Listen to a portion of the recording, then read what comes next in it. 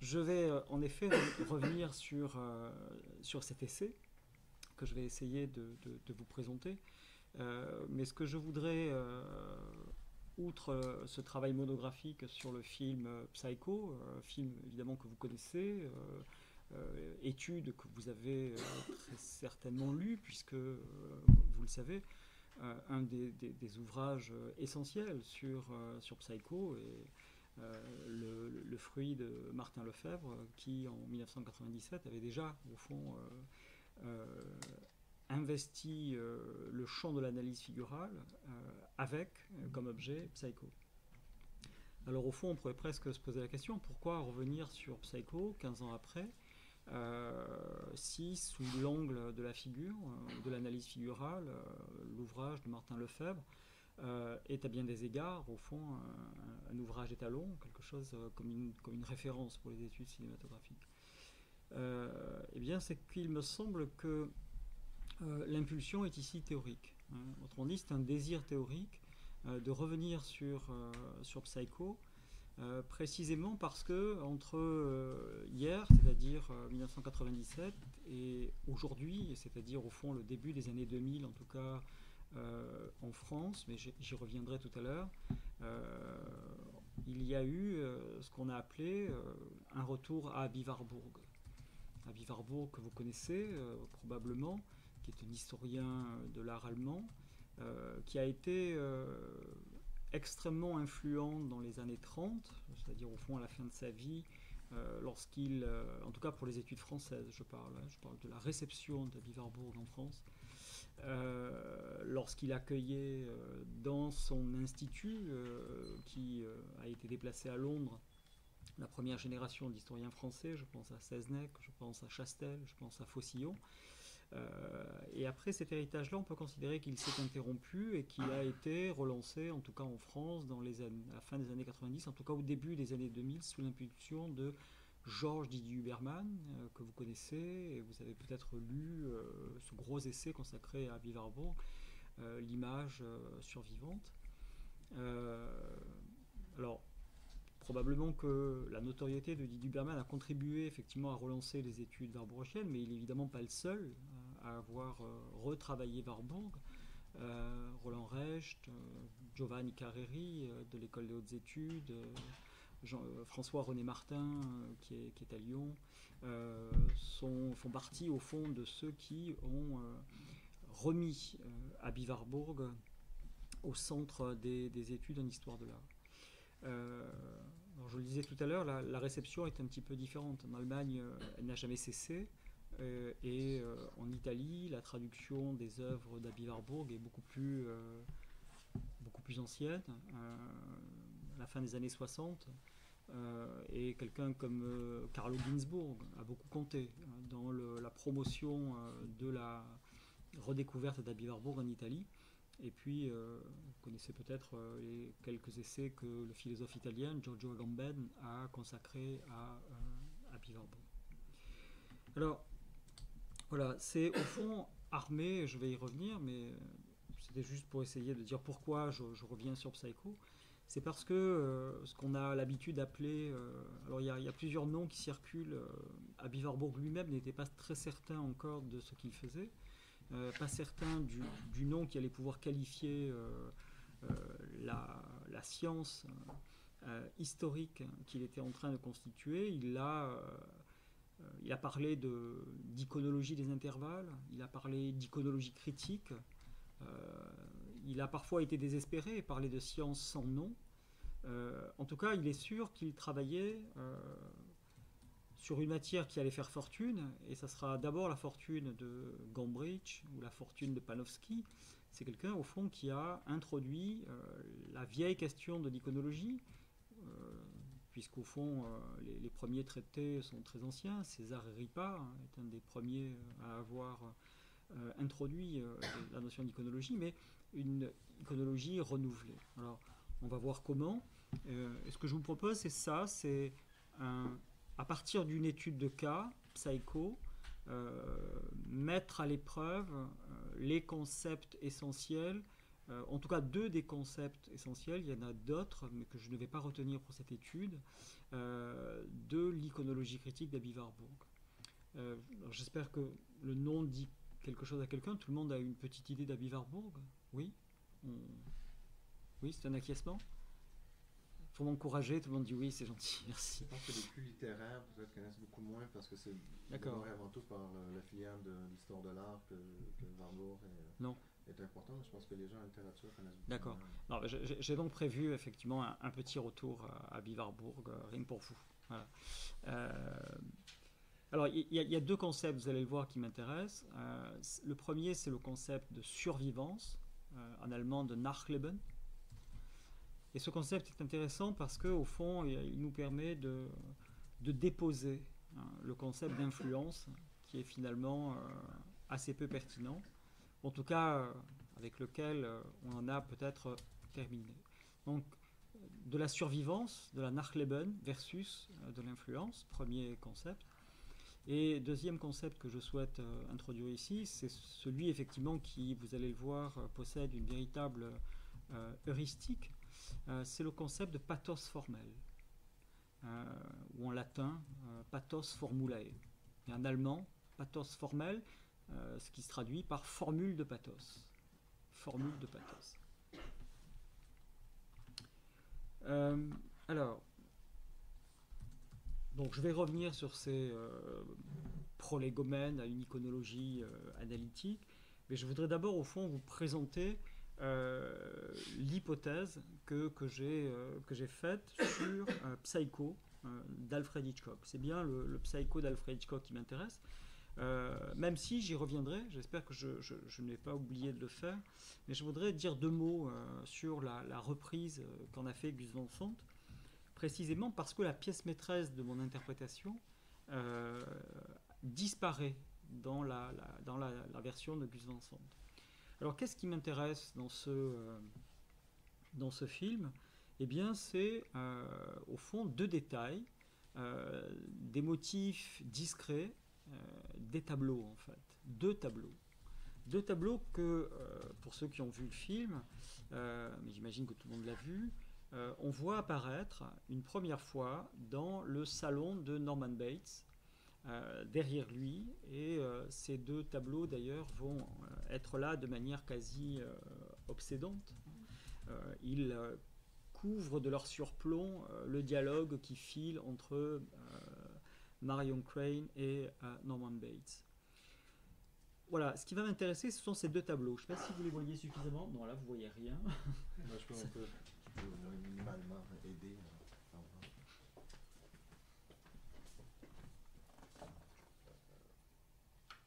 Voilà, là, vous devinez en tout cas, voilà, il y a un tableau ici et un autre tableau ici. Je vais effectivement peut-être les... voilà, c'est bien, si on veut. Alors,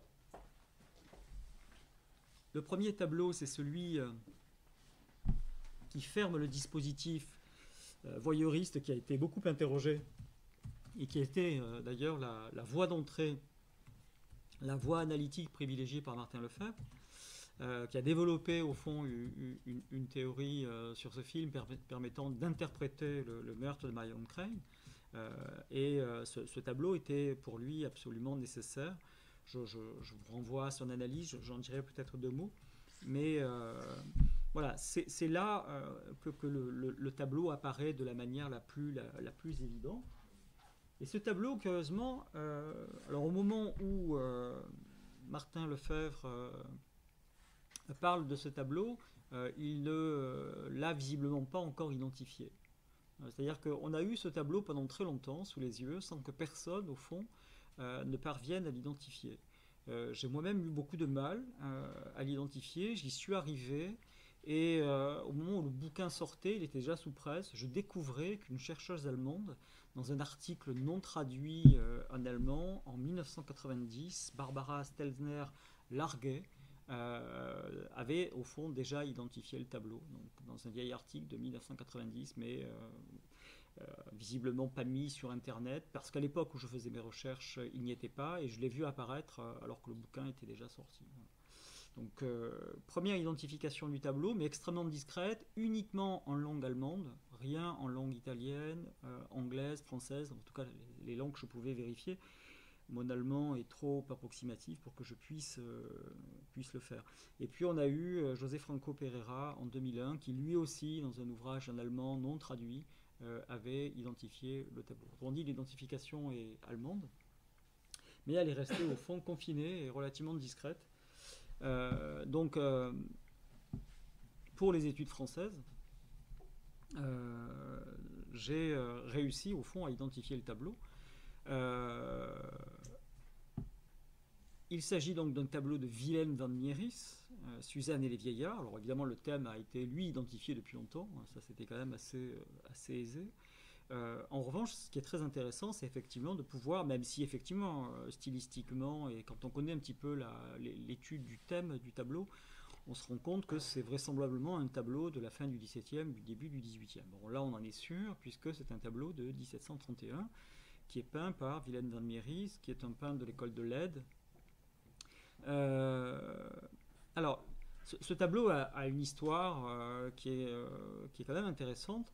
C'est que là, je vous le présente avec son carton d'inventaire, puisque c'est un tableau qui a été possédé par le musée de Perpignan, le musée Hyacinthe Rigaud en France, qui a été légué par la réunion des musées nationaux en 1957. Et ce tableau n'a jamais été interrogé par Alfred Hitchcock. Autrement dit, Alfred Hitchcock n'a pas fait de demande particulière au musée. Il s'agit donc d'une reproduction qui est utilisée dans le film. Et ce qui est tout à fait curieux, c'est la rareté de ce tableau. C'est-à-dire que si vous cherchez un travail monographique sur ce tableau, vous n'en trouvez pas. C'est un peintre très peu connu. Son père, il est beaucoup plus, Franz van Mieris. Donc on peut se demander, en tout cas en 1960, c'est quelqu'un c'est un peintre relativement marginal. Donc la question qui reste en suspens, c'est comment est-ce qu'Alfred Hitchcock, alors il avait le choix, parce que des sujets des vieillards, vous en avez, il suffit de cliquer sur internet, vous en avez, vous verrez, je vais vous en montrer quelques-unes. C'est un thème qui est extraordinairement traité depuis très longtemps. Non, il est allé choisir au fond une œuvre que personne connaît, en tout cas très peu de gens connaissent. Alors il y a une anecdote tout à fait troublante, c'est que le tableau est resté au musée Hyacinthe Rigaud de 1957 à 1972. Le 21 juillet 1972, le tableau a été volé au musée de Perpignan, et depuis il n'a jamais été retrouvé. Voilà, donc on a perdu le tableau. Il doit rester peut-être la copie dans les studios hollywoodiens, ce serait peut-être intéressant de le retrouver. Donc voilà, un premier tableau. Alors évidemment c'est le thème qui nous importe ici, Suzanne et les vieillards, sur lequel je vais longuement revenir. Je voudrais revenir ici sur l'autre tableau qui est à côté, ici, celui-ci. Donc celui-ci évidemment ne pose aucun problème, c'est un Titien, c'est une Vénus au miroir, dit autrement Vénus à sa toilette, et qui date de 1555. La date est importante, vous allez voir pourquoi. Je peux déjà le dire en fait, parce que la même année, le grand peintre concurrent du Titien, c'est le Tintoret à Venise, et la même année, en 1555, il peint une Suzanne au bain. Voilà. Manière de vous dire qu'entre Vénus et Suzanne, il y a au fond une parenté iconologique évidente, manière aussi déjà au fond d'instituer cette idée selon laquelle l'accrochage d'Alfred Hitchcock est un accrochage décisif, qui prend acte d'une relation historiographique ou iconographique. Je n'ai pas le temps de vous le montrer, mais la bande-annonce est disponible sur Internet. Je ne sais pas si certains d'entre vous ont déjà regardé le trailer de Psycho, mais je vous invite vraiment de faire cette expérience, parce que vous avez Alfred Hitchcock qui, dans un trailer tout à fait étonnant, alors il est étonnant pour la manière, en regard de la manière dont nous pratiquons aujourd'hui les bandes annonces, mais en 1960, il y a toujours au fond une réserve de la bande-annonce par rapport au sujet. Aujourd'hui, c'est l'inverse. Quand on produit une bande-annonce, on s'adresse précisément au spectateur pour éviter qu'il y ait un malentendu. Donc il y a une stratégie commerciale tout à fait différente. Ça, c'est depuis le milieu des années 70 que les stratégies pour les bandes-annonces a complètement changé. Mais là, le principe de la bande-annonce, c'est celui de la visite guidée. C'est-à-dire que Alfred Hitchcock revient sur le motel et nous fait visiter le motel et la maison qui est en surplomb. Donc il se transforme, enfin, je ne sais pas si vous l'avez vu, il se transforme véritablement en guide et il nous fait visiter. Voilà, là c'est là qu'on a étranglé ce monsieur, là c'est là que dort, etc. Et donc on visite les pièces et il nous raconte ce qui s'y passe. Et au moment où il nous fait visiter le petit salon qui est derrière l'office, Alfred Hitchcock, au moment de sortir, parce que c'est toujours pareil, un petit peu comme Columbo, c'est-à-dire au moment où il a terminé quelque chose, hop, il revient, il dit « Ah, j'allais oublier », et il s'arrête devant le tableau, il dit « Voilà, ce tableau a au fond beaucoup d'importance. Because », et hop, il n'en dira pas plus, la phrase reste en suspens. Voilà, et donc il s'arrête, il pointe, comme vous le voyez ici, ce tableau-là. Donc voilà, tout à fait étonnant que finalement ce tableau était finalement assez peu considéré, sinon évidemment, je le redis, le travail de Martin Lefebvre, mais avec une approche très particulière qui ne sera pas la mienne, en tout cas partiellement la mienne. Donc, ce qui m'intéresse, et c'est pour ça que je décide de partir de ces deux tableaux, parce qu'il me semble que ces deux tableaux sont véritablement la clé herméneutique de ce film. Et on peut dire que, pour commencer, Alfred Hitchcock va régler la mise en scène de la séquence la plus connue de ce film, à savoir le meurtre de Marion Crane sous la douche, à partir du tableau de Suzanne et les vieillards. Voilà, donc là il y a une éloquence gestuelle, c'est ce qu'on appelle au fond, voilà au fond un exemple de formule de pathos, sur lequel je vais avoir l'occasion de revenir. Donc, la mise en scène du meurtre de Marion Crane sera réglée à partir de la scénographie du tableau et de manière très particulière à partir d'une formule de pathos. On peut donc considérer que Hitchcock va soumettre la gestuelle de Marion à la rhétorique visuelle du tableau et explicitement replacer donc par une même formule de pathos. Cette formule de pathos, on la suit aussi bien là alors, c'est probablement le photogramme le plus exploité, mais si on suit le découpage staccato du film, on se rend compte que c'est une formule de pathos qui est conservée, qui est instruite par le film, et on conserve, et la peinture a travaillé au fond dans le même sens. Alors là, je ne sais pas si j'aurai l'occasion de revenir, mais il faudrait lier deux figures, la figure de Lucrèce et la figure de Suzanne, mais je ne crois pas avoir le temps de revenir sur Lucrèce. Là aussi, cette Suzanne Aubin, la posture est évidemment très éloquente entre celle de Rubens et le plan, il n'y en a qu'un d'ailleurs, que va faire Alfred Hitchcock.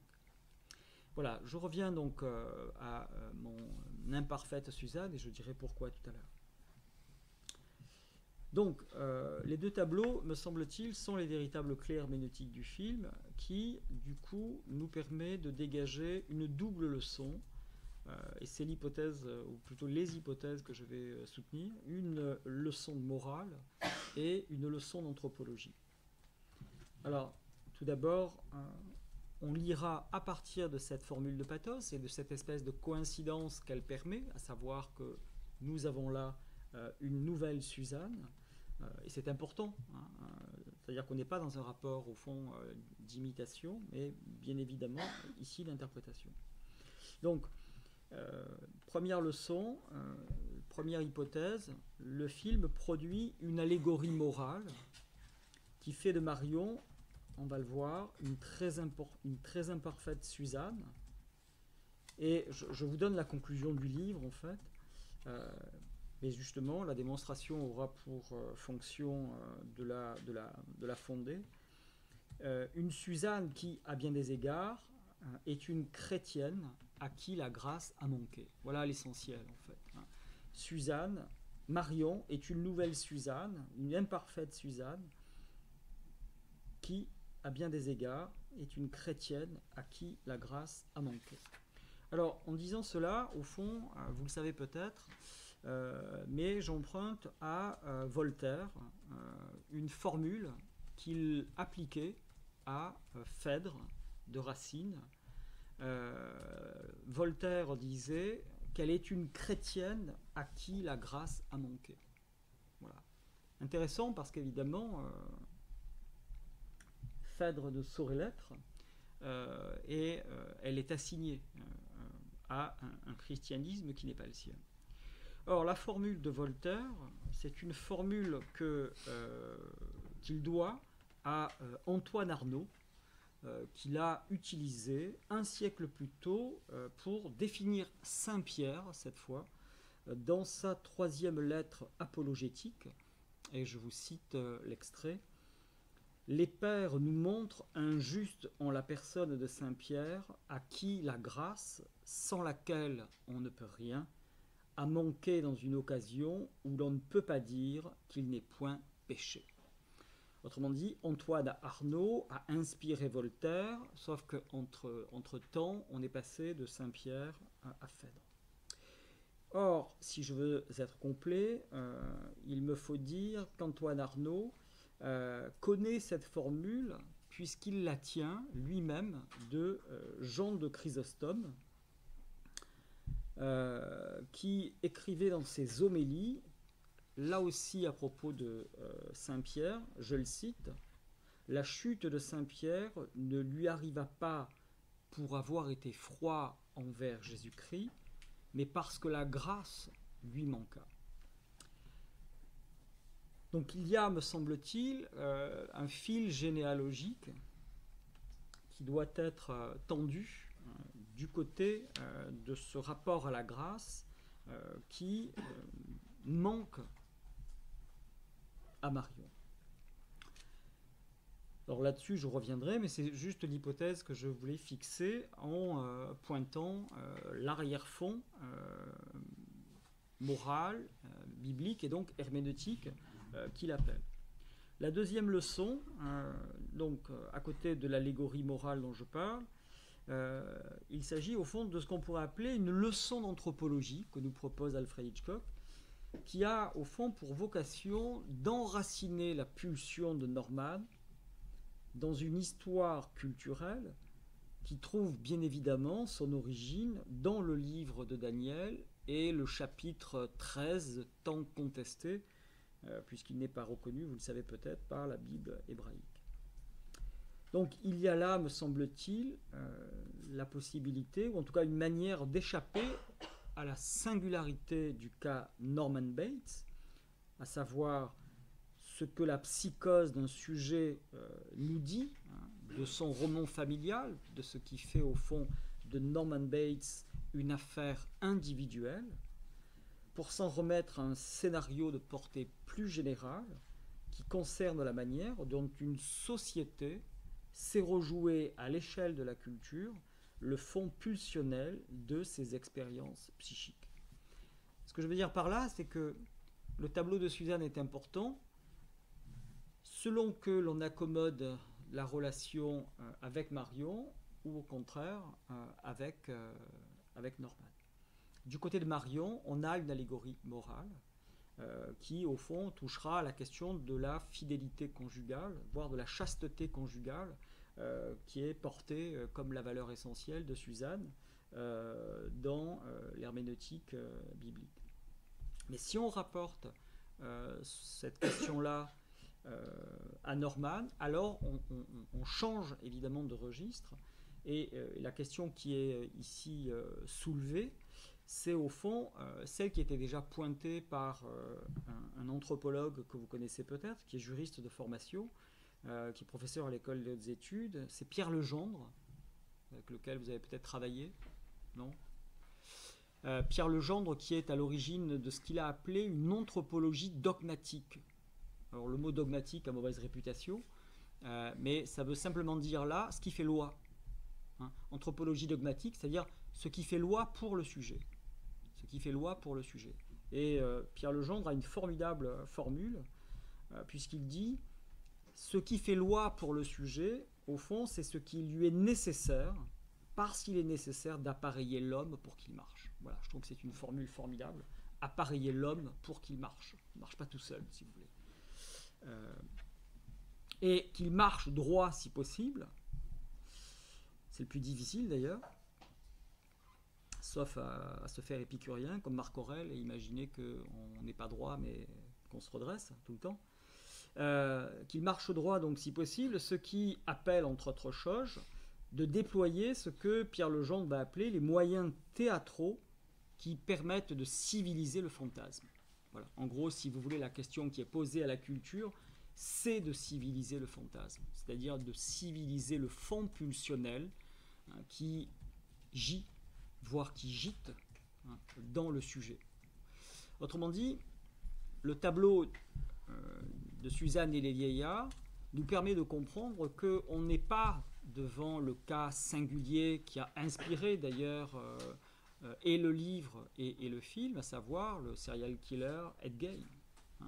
Autrement dit, ce n'est pas une affaire singulière, c'est quelque chose qui touche une société, et voire plus, qui s'enracine, qui s'enchâsse dans la civilisation. Voilà, donc, voilà les deux hypothèses que je voudrais engager avec vous. Alors, pour y parvenir, j'ai choisi bien évidemment de conserver une approche figurale, mais en même temps de lui associer une approche iconologique. Mais cette approche iconologique, je ne la maintiendrai pas sous les espèces de l'iconologie canonique, celle que nous a laissée Erwin Panofsky, qui, vous le savez, l'a tournée du côté des formes symboliques. Ce qui m'intéresse, c'est au contraire la dimension critique de l'iconologie d'Aby Warburg, qui fait autant profession d'anthropologie de la culture que d'histoire de l'art. C'est évidemment sa première différence avec l'iconologie de Panofsky, et qui fait évidemment tout autant profession de ce qu'il appellera une psychohistoire. Psychohistoire, voilà, le mot nous intéresse, plus que d'une histoire des styles. Et là, c'est la deuxième, évidemment, opposition à l'iconologie qui s'est imposée. Il faut bien comprendre que Aby Warburg a inspiré Panofsky, et paradoxalement, c'est l'élève qui a éteint, voire fait écran, au point de le faire disparaître un temps, le maître, Aby Warburg, qui a été quasiment éclipsé de l'histoire de l'art pendant très longtemps. Donc, ce que je voudrais maintenir ensemble, comme poussée théorique, c'est d'un côté conserver le modèle de l'analyse figurale qui, vous le savez, est d'abord un modèle interprétatif que l'on doit à l'analytique freudienne, qui repose sur la loi princeps de la Traumdeutung, à savoir le travail de la figurabilité, et de l'autre côté, au fond, cette fameuse iconologie critique sur laquelle je vais revenir. Alors, ce sur quoi je vais m'attarder, ce sur quoi j'aimerais au fond attirer votre attention, et c'est là effectivement qu'il y a un parti pris du figural, c'est-à-dire au fond une grande leçon du figural, outre sa leçon, je dirais, structuraliste, à savoir une image nous intéresse non pas au fond pour ce qu'elle nous indique de son référent et des ressemblances au fond dont elle est porteuse. Une image nous intéresse à partir de ce qu'elle transforme, ou pour ce qu'elle transforme. C'est la grande loi structurale qui évidemment est dite après, mais qui est contenue évidemment dans les principes de transformation de l'analytique freudienne, avec les grandes leçons du déplacement et de la condensation, ou du travail de la figurabilité si vous préférez. Donc, ce qui m'intéresse, c'est de considérer en effet que le régime figural suppose de considérer non pas une relation analogique avec un référent unique, mais au contraire d'essayer de reconstituer la constellation des motifs qui font figure, et qui s'imposent comme tels, ou qui imposent la figure.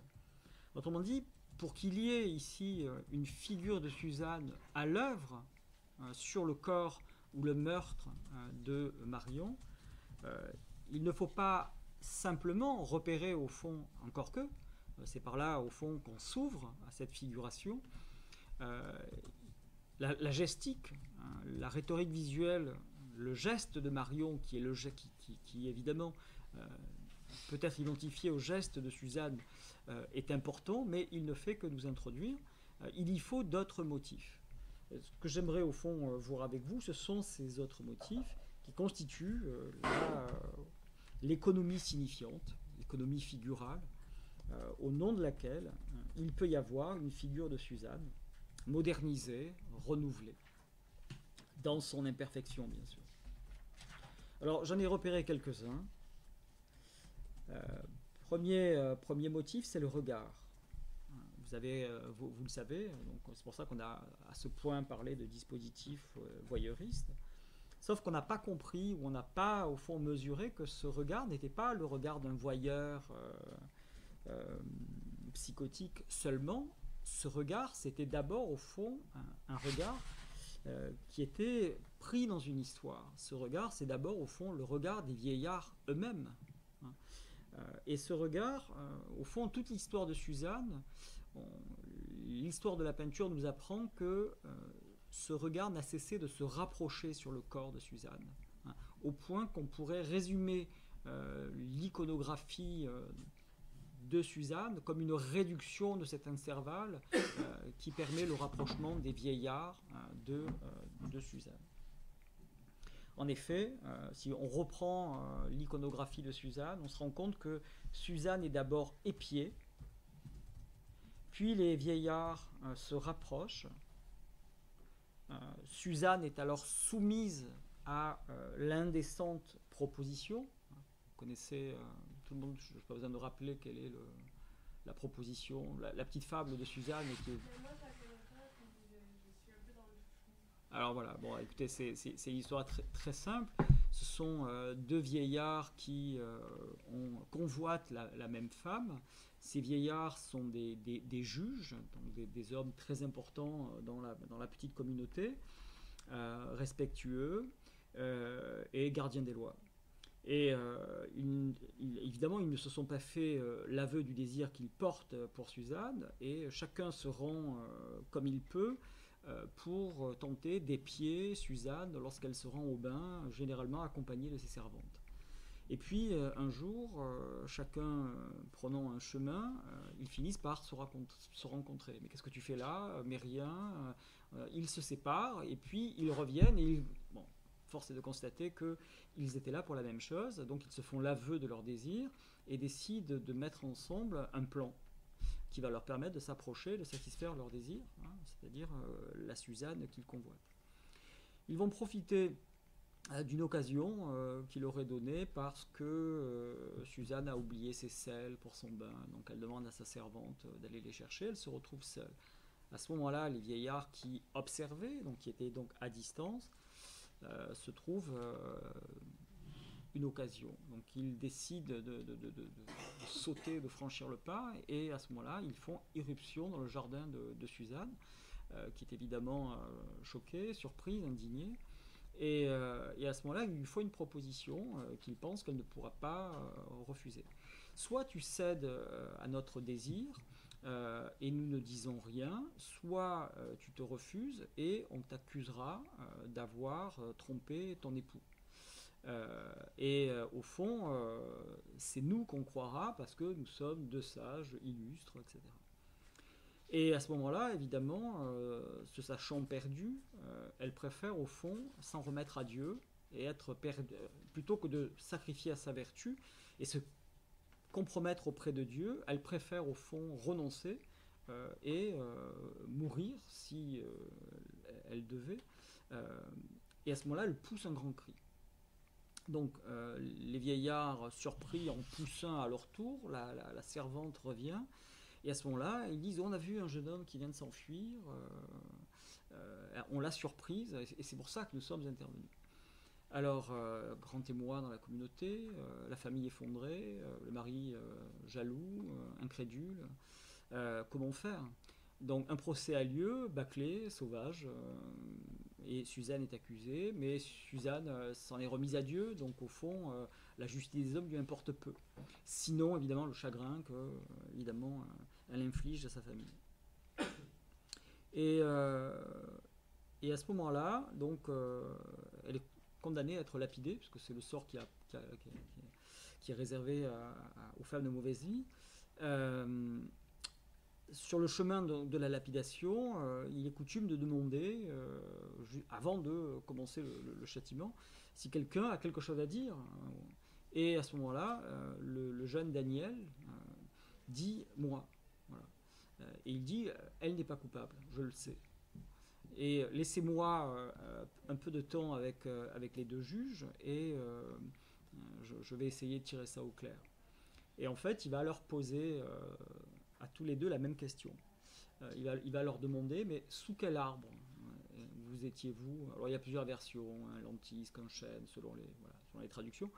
Et évidemment, ils donnent pas la même réponse. Voilà, donc ils sont confondus et son honneur est sauf et les vieillards sont condamnés. Ils seront tous les deux tués. Voilà. Et je vais y revenir de toute façon, mais cette fois sous les espèces théologiques, parce que si vous voulez, cette petite histoire, cette petite fable a été l'objet d'un surinvestissement herméneutique considérable dès les premiers siècles par les pères de l'Église, qui vont faire de Suzanne une véritable figure de l'Église, un modèle. Voilà. Et très rapidement, elle va devenir finalement un intercesseur possible entre un modèle idéal, celui de la virginité de Marie. C'est-à-dire, Marie, c'est le modèle absolu pour toutes les femmes. Sauf que Marie conçoit hors de tout commerce sexuel. Et c'est un modèle, évidemment, qui est, si on doit l'appliquer à la lettre, un peu décourageant. Donc, Suzanne, du coup, devient, je dirais, le modèle idéal, si vous voulez. Donc, il y a d'un côté, je dirais, une chasteté mariale, qui est une chasteté vis-à-vis de tous les hommes, puisqu'au fond, elle est promise à Dieu. Et de l'autre côté, on a une chasteté conjugale, qui est finalement une manière de s'accorder, finalement, avec la réalité humaine. Et c'est pour ça que Suzanne va devenir, à ce point, extrêmement importante dans la chrétienté. Et puis, petit à petit, je reviendrai tout à l'heure, on va lui associer un certain nombre de rituels, en particulier le rite du baptême, et elle va devenir la grande figure de la baptisée. Et c'est pour ça qu'elle deviendra synonyme de figure de l'Église. Donc là, il y a toute une théologie, si vous voulez, qui va se mettre en place. Et cette herméneutique biblique, elle est intéressante parce qu'elle suit une courbe sociologique. C'est-à-dire qu'il y a des usages de Suzanne, selon les époques et les besoins. Voilà. Et donc, ce qui est intéressant, c'est que finalement, on va pouvoir replacer la Suzanne d'Alfred Hitchcock dans ce grand mouvement herméneutique, mais qui est lui-même indexé à un mouvement sociologique. Donc, le regard, ce motif, est rejoué par le film, avec de la même manière cette réduction de l'intervalle. Je regarde d'abord, j'épie, et puis au fond, je m'approche et j'agresse Suzanne. Les premières, je vous en montre d'autres. Voilà. J'ai pris que des agressions, c'est dommage. Oui. Ouais. Je pensais pas faire de digression, alors, du coup. Mais bon, voilà, vous verrez sur Internet d'autres images où vous avez simplement des regards des vieillards qui épient. Le deuxième, évidemment, c'est le geste. Je suis parti de lui. Ça m'a beaucoup frappé parce que c'est probablement le photogramme le plus remarqué, le plus remarquable de Psycho. Et cette gestuelle pathétique, à ma connaissance, jamais été interrogée. Donc il y a ici une éloquence pathétique de Suzanne qui, évidemment, confond la gestique de Marion. Il y a, on va le voir, la douche. Marion sous la douche est évidemment un analogon de Suzanne au bain. Et puis, il y a le cri qui, là encore, n'a pas été véritablement analysé. Or, le cri, on va le voir, a une fonction herméneutique dans la patrologie latine, même si le cri, vous le savez, peut-être, est un motif de la poétique hitchcockienne.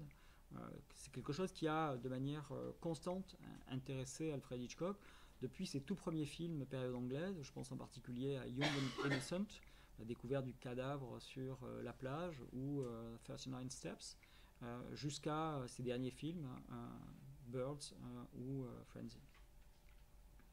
Voilà, donc ce qu'il faut relier, c'est l'ensemble de ces motifs autour du geste, qui est évidemment le geste éloquent, qui a ce pouvoir d'intégration de l'ensemble. Alors, avant de rentrer dans l'analyse à proprement parler, je voulais juste donc faire un petit retour sur les deux sources de ce renouveau iconologique de l'analyse de film. Parce qu'il me semble en effet qu'aujourd'hui, on est à un deuxième tournant, après le tournant de l'analyse figurale. Alors, si le tournant de l'analyse figurale, on le doit à Freud, le tournant iconologique, on le doit, me semble-t-il, à Warburg. Alors, je vais peut-être, là, pour le coup, dire des choses que vous connaissez, puisqu'on est quand même dans le centre de recherche Figura. Bon, c'est juste pour essayer de préciser la manière dont les choses s'emboîtent de mon point de vue. Alors, vous le savez, les années 1990 ont été très largement parcourues par une préoccupation nouvelle qui a été subsumée sous le nom de figure et qui a inspiré, d'une part, un réinvestissement plastique de la figuration cinématographique. C'est dans les années 90 qu'on s'intéresse beaucoup au corps, au cinéma, et d'autre part, susciter une réélaboration de la sémiologie à partir de deux grandes opérations propres à la rhétorique du film, la métaphore et la métonymie, que Christian Metz a essayé, dans Le signifiant imaginaire, le bouquin date de 1977, d'interpréter à partir des deux opérations qui fondent l'analytique freudienne, à savoir le déplacement et la condensation. Donc il y a effectivement la mise en place d'une analogie entre deux systèmes rhétoriques. Alors ces deux tendances, vous le savez, sont absolument conformes aux deux des trois grands champs sémantiques de la figure. Le troisième appartient à la tradition herméneutique de l'exégèse biblique. Là-dessus, je vous renvoie évidemment à l'étude philologique d'Eric Auerbach qui a inspiré le nom de votre groupe de recherche. Alors, ces deux voies théoriques, plastique et rhétorique, ont en commun d'avoir été préparées par le renouveau sémiologique de l'iconologie qu'a connu l'histoire de l'art au début des années 1970. Je pense en particulier à Louis Marin et à la très belle théorie du nuage de Hubert Damisch, qui est probablement le fondateur de l'iconologie analytique. Renouveau qui, vous le savez, donc supposait un retour à la psychanalyse freudienne en prêtant une attention analytique au pouvoir de la figurabilité dégagée de la formation des images du rêve. Autrement dit, la trame de Tung nous livre un modèle du visuel que l'histoire de l'art n'avait au fond pas construit et qu'elle va reconstruire à partir de ce modèle-là. Donc c'est absolument pas évidemment le versant de la psychanalyse appliquée qui nous intéresse, c'est pas du tout la question des complexes, c'est au fond la question des processus de formation des images du rêve. Donc en d'autres termes, pour le dire plus rapidement, cette renaissance iconologique repose pour l'essentiel sur la condition à laquelle est soumise toute pensée qui prétend se faire jour dans l'art comme dans le rêve.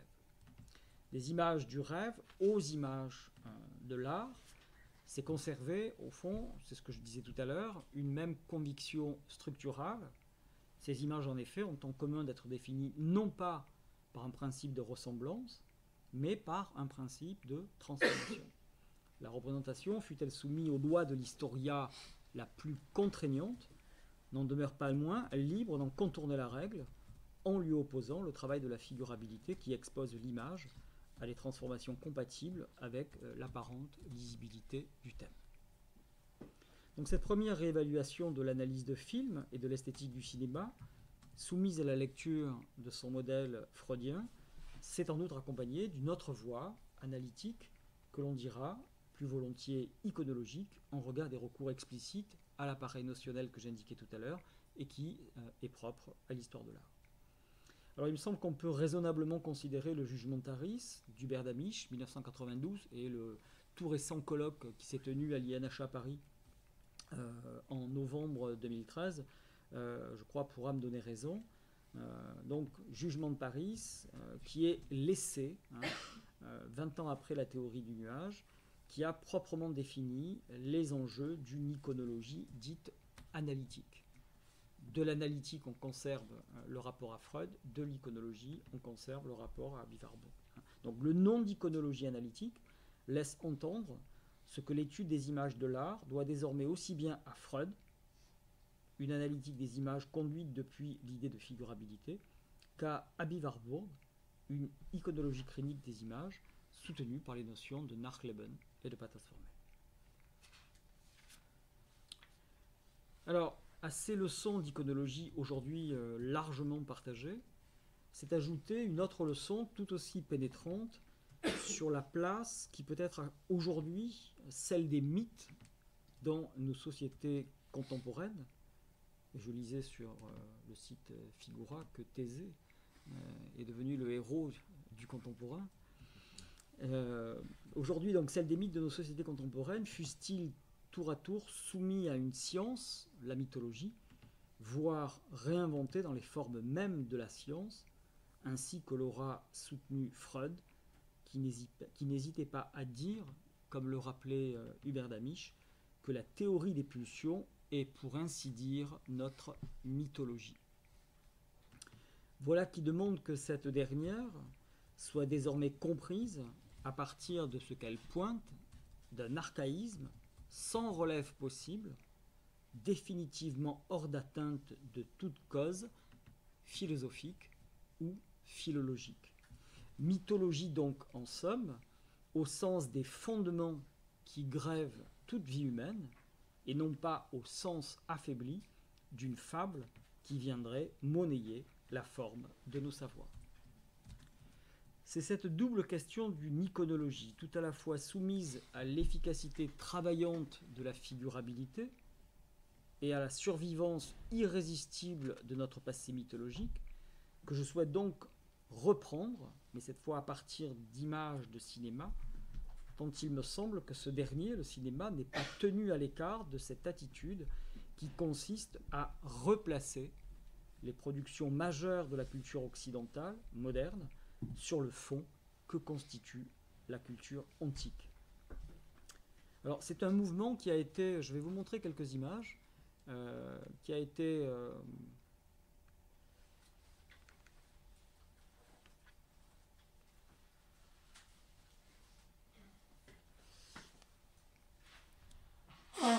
mouvement donc commencé à la Renaissance, bien sûr, la redécouverte, le remploi d'une culture antique dans des images travaillées autrement.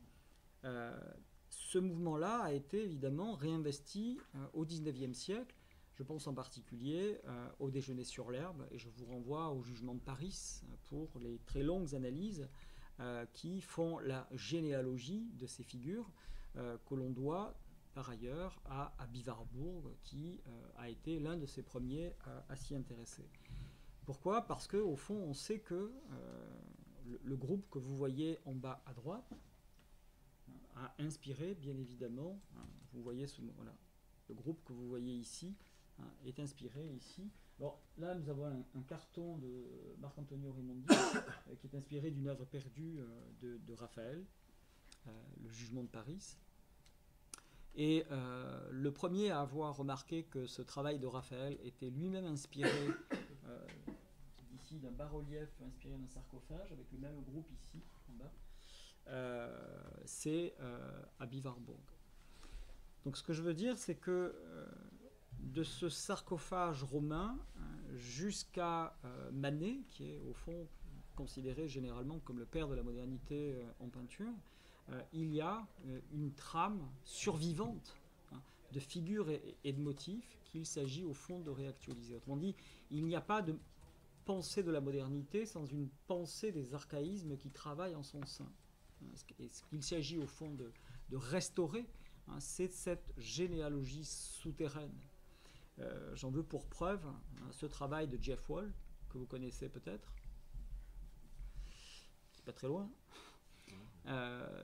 Non, ça ne dit rien à personne, Storyteller. Voilà, donc c'est une œuvre de 86, et vous voyez ici, je suis devant évidemment, vous ne voyez pas, voilà, et donc notre groupe ici, du sarcophage est là. Alors avec beaucoup plus, autant il était dans une position très centrée chez Manet, autant il se retrouve dans une position très excentrée, c'est-à-dire beaucoup plus littérale par rapport au sarcophage romain qui a inspiré cette longue tradition qui va jusqu'à Manet en passant par Marc-Antonio Raimondi et Raphaël. Donc, même un artiste comme Jeff Wall est pris dans ce mouvement.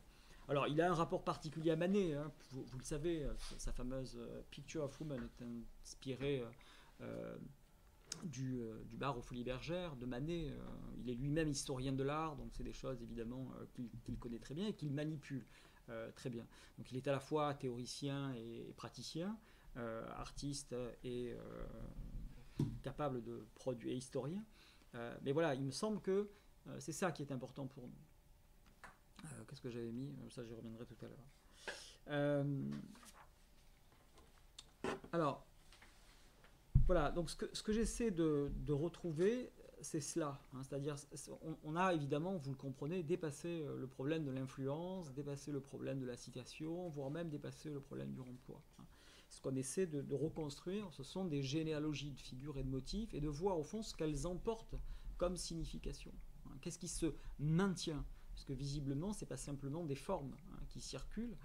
Avec les formes, ce sont des forces. Or, Aby Warburg va insister, ces forces, pour l'essentiel, ce sont des forces psychiques. C'est-à-dire que ce qui est ici en jeu, c'est quelque chose qui touche de très près à l'organisation psychique du sujet. Et on va revenir évidemment, via le fond pulsionnel que ces images mobilisent, à la psychose, qui n'est finalement pas si particulière, aussi singulière. Alors donc, je vais vous proposer une étude de Psycho, mais cette étude de Psycho, au fond, elle est elle-même prise dans... ah ben non, c'est ce que je voulais vous montrer. Elle-même prise dans une réflexion plus large qui concerne d'autres images de films. Je vous montre ici, alors ça c'est un travail qui est en cours, un petit livre que je suis en train d'écrire et qui devrait sortir chez Vrin d'ailleurs l'année prochaine. C'est La Grande Illusion. Voilà un film hyper connu qui a été abondamment commenté. Et les images que vous voyez au fond, derrière les deux personnages principaux, Dalio, Jean Gabin, les images qui sont au fond et qui, quand même, quand on les a un peu remarquées, dans un camp de prisonniers, en plus, ils changent de camp et les images suivent les prisonniers. On se dit, tiens, c'est quand même étonnant qu'on ne les ait pas interrogés plus tôt. D'autant que le découpage de l'avant-scène date de 1977 et que dans le découpage de l'avant-scène, elles apparaissent très clairement. Autrement dit, elles sont... Alors, quand on voit le film, ça apparaît au fond, ça va très vite, les personnages bougent, etc. Mais dans l'avant-scène, les images sont disponibles. Écoutez, à ma connaissance, depuis 1937, ces images-là, ces tableaux, ces reproductions n'ont intéressé personne. Voilà, personne. Or, c'est intéressant si on se met alors, j'ai passé quand même pas mal de temps à essayer de l'identifier, mais j'y suis arrivé. Alors, il y a des choses plus simples. Là, évidemment, Botticelli, La naissance de Vénus. Ici, vous avez une Maesta de Cimabue. Et ici, vous avez Sainte Marguerite de Hongrie, Sainte Élisabeth de Hongrie, du retable de Pérouse et de Piero della Francesca, qui borde juste à côté, qui est sur le panneau latéral d'une Vierge qui en occupe le centre. Ici, vous avez Atalante et Hippomène de Guido Reni. En haut, un tableau qui m'a donné beaucoup de mal et qui s'avère être un tableau d'ailleurs mal nommé, mais on ne va pas rentrer dans le détail, c'est l'Indovino de Giambattista Piazzetta, un peintre vénitien du XVIIIe siècle. Et là, ce détail absolument informe, j'ai failli ne pas le découvrir. En fait, il s'avère que c'est un détail du retable d'Isenheim, de Matthias Grunewald et le panneau latéral droit, celui de la tentation de Saint Antoine. Voilà. Alors, quand vous avez toutes ces images, vous vous dites, quand même, on ne les a pas choisies par hasard, et c'est d'autant plus curieux que celui qui organise cet accrochage, ce montage d'images, c'est Rosenthal. Rosenthal, c'est le juif. Donc on peut se poser la question de ce qu'un juif a comme rapport aux images, surtout lorsque les images empruntent à une double mythologie qui ne le concerne pas. Le christianisme d'un côté et puis les mythologies païennes de l'autre. À bien considérer le rôle de Rosenthal, on voit qu'au fond, la question risque d'être sensible et nous permettrait peut-être de passer d'une question qui a généralement occulté probablement beaucoup les débats, à savoir la question de l'antisémitisme, alors que visiblement la question posée par le film, c'est la question du judaïsme et de son rôle dans le montage de la culture occidentale. Voilà. Donc il y a une hypothèse à faire à partir de ces images et du rôle qu'elles jouent. On peut, par exemple, là aussi c'est un travail qui est en cours, s'interroger sur la fin de Suddenly Last Summer, 1959, juste un an avant le Psycho d'Alfred Hitchcock. On voit cette main tendue, et cette main tendue renvoie explicitement à la mort d'Orphée.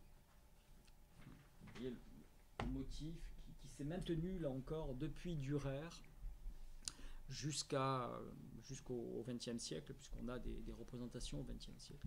Autrement dit, il y a une série de questions que l'on peut se poser lorsqu'on voit revenir des motifs archaïques. Si vous connaissez Suddenly Last Summer, on peut se poser la question de savoir pourquoi Mankiewicz choisit de faire mourir son personnage comme Orphée, puisque là il est promis au sacrifice des Bacchantes, qui n'est absolument pas justifié, si vous avez le film en tête, par le récit. En revanche, pleinement justifié par le traumatisme de son personnage, Catherine. Alors, une première remarque, pour évidente qu'elle soit, s'impose. On l'a vu, Vénus est convoquée chez Hitchcock sans que l'on se sente obligé par la religion romaine de la déesse. Suzanne est sollicitée sans que l'on se sente contraint par l'ancienne loi juive du prophète Daniel. Orphée est présent chez Mankiewicz sans que l'on se sente tenu par la religion des femmes thraces. Et de la même manière, ici, nous avions un juif, Rosenthal. Je l'appelle comme ça parce que c'est comme ça que le scénario le nomme, le juif Rosenthal, qui coordonne des images issues d'une double tradition qui ne le concerne qu'indirectement. Donc, on peut considérer que nous sommes déliés historiquement de ces attaches religieuses, mais que ces images, ces tableaux, n'en survivent pas moins esthétiquement. Et c'est d'ailleurs à ce titre que nous les recevons et que nous y sommes sensibles. Et de manière, au fond, moins directe et moins implicite, mais au fond tout aussi efficace lorsqu'on y réfléchit, ces images survivent anthropologiquement. Et il me semble que le travail du mythe contient des éléments susceptibles d'être réactivés aux fins, selon les films, d'une allégorie morale, voire, dans le cas de La Grande Illusion, d'une allégorie politique. Donc, les questions iconologiques qui m'animent sont celles-ci. Au nom de quelles raisons des motifs, des figures, des gestes, des images reviennent-ils et constituent-ils tout à la fois notre origine anthropologique et notre horizon esthétique? Quelle est la force de ces modèles plastiques qui survivent à la disparition du cadre socio-historique dans lequel ils ont joué le jeu? En bref, quel type de fiction anthropologique produisent-ils dès lors que le nouveau récit fictionnel s'est émancipé de sa source religieuse? Et donc, que nous dit ce retour des formes passées du présent de nos images? En d'autres termes, qu'est-ce que le cinéma recherche dans ses survivances figuratives? Qu'est-ce qu'il escompte esthétiquement de ses remplois d'images? Qu'est-ce qu'il espère anthropologiquement de ses résurgences actives? En guise de perspective de travail, je soutiendrai que ces questions sont tenues par ce que Giorgio Agamben appelle une même volonté de suivre des processus de transmission, de réception et de polarisation qui s'opèrent dans l'image.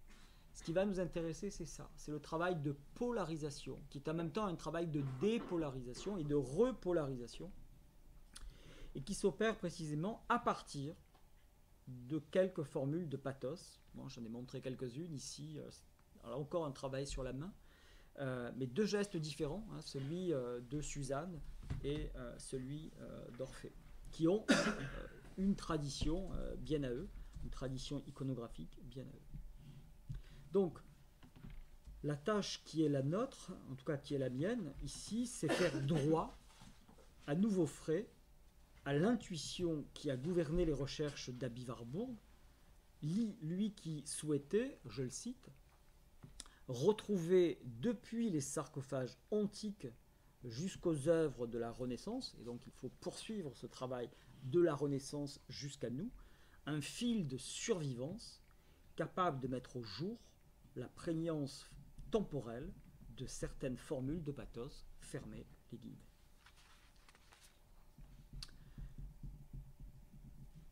Donc, cette étude se donne pour tâche de restaurer l'économie iconographique qui fonde la mise en scène du meurtre de Marion Crane et de déployer les enjeux esthétiques, anthropologiques et herméneutiques qui engagent sa réactivation. Le tableau de Suzanne et les vieillards, donc de Willem van Mieris, est à la source de cette analyse iconologique. Et en m'intéressant à la mort de Marion Crane, à partir des motifs qui, depuis le Moyen-Âge, identifient le thème de Suzanne au bain, et en suivant la manière dont la fiction hitchcockienne revisite le fond théologique de la fable chrétienne, inspirée par le livre de Daniel, dont elle renoue avec la longue tradition herméneutique qui a forgé sa fortune à la fois littéraire, liturgique et iconographique, d'une Suzanne qui a été tout à la fois une sainte, une orante et une figure de l'Église.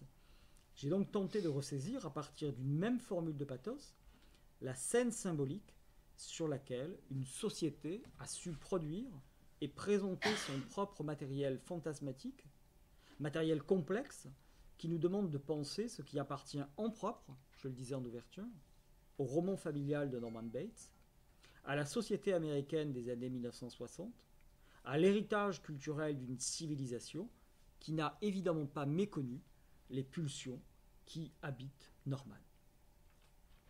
Donc, ce que disait déjà dans ses interdits, le livre de Daniel, et ce que la peinture n'a jamais cessé de mettre en œuvre, et de recouvrir du voile de l'art, puis de découvrir du même voile de l'art l'œuvre de Willem van Mieris. Donc, pour le dire plus directement avec Freud, on peut conserver ceci, qu'il n'est pas de civilisation, c'est-à-dire pas d'œuvre de l'art et pas d'œuvre de la culture, qui ne s'écrivent d'abord sur la ruine des instincts refoulés. Et là, évidemment, il y a un écho benjaminien, c'est Benjamin qui nous disait, évidemment, se souvenir que toute œuvre de la culture est aussi un document de barbarie. Donc il n'y a pas d'œuvre de l'art et de la culture qui ne s'écrivent sur la ruine des instincts refoulés. Donc ce changement de perspective historiographique va donc permettre une analyse des images à partir d'une double exigence. Première exigence, une exigence esthétique qui doit permettre de restaurer la généalogie des motifs, généalogie formelle des motifs et des thèmes, dans la longue durée, on l'a vu, et une autre, anthropologique, qui commande de lire ensemble les structures symboliques de la culture et les manifestations expressives de l'art. Alors, peut-être rapidement pour revenir sur ce que Warburg comprenait par pathos formel. Non, c'est pas celle-là.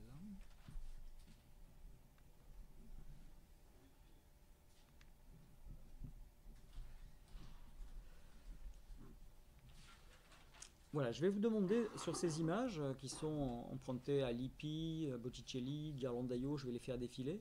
Je vais vous demander d'être attentif à une figure en particulier que j'ai pris soin de détailler.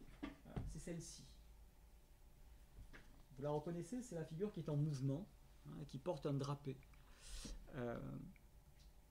Voilà, on la voit ici, elle est dégagée.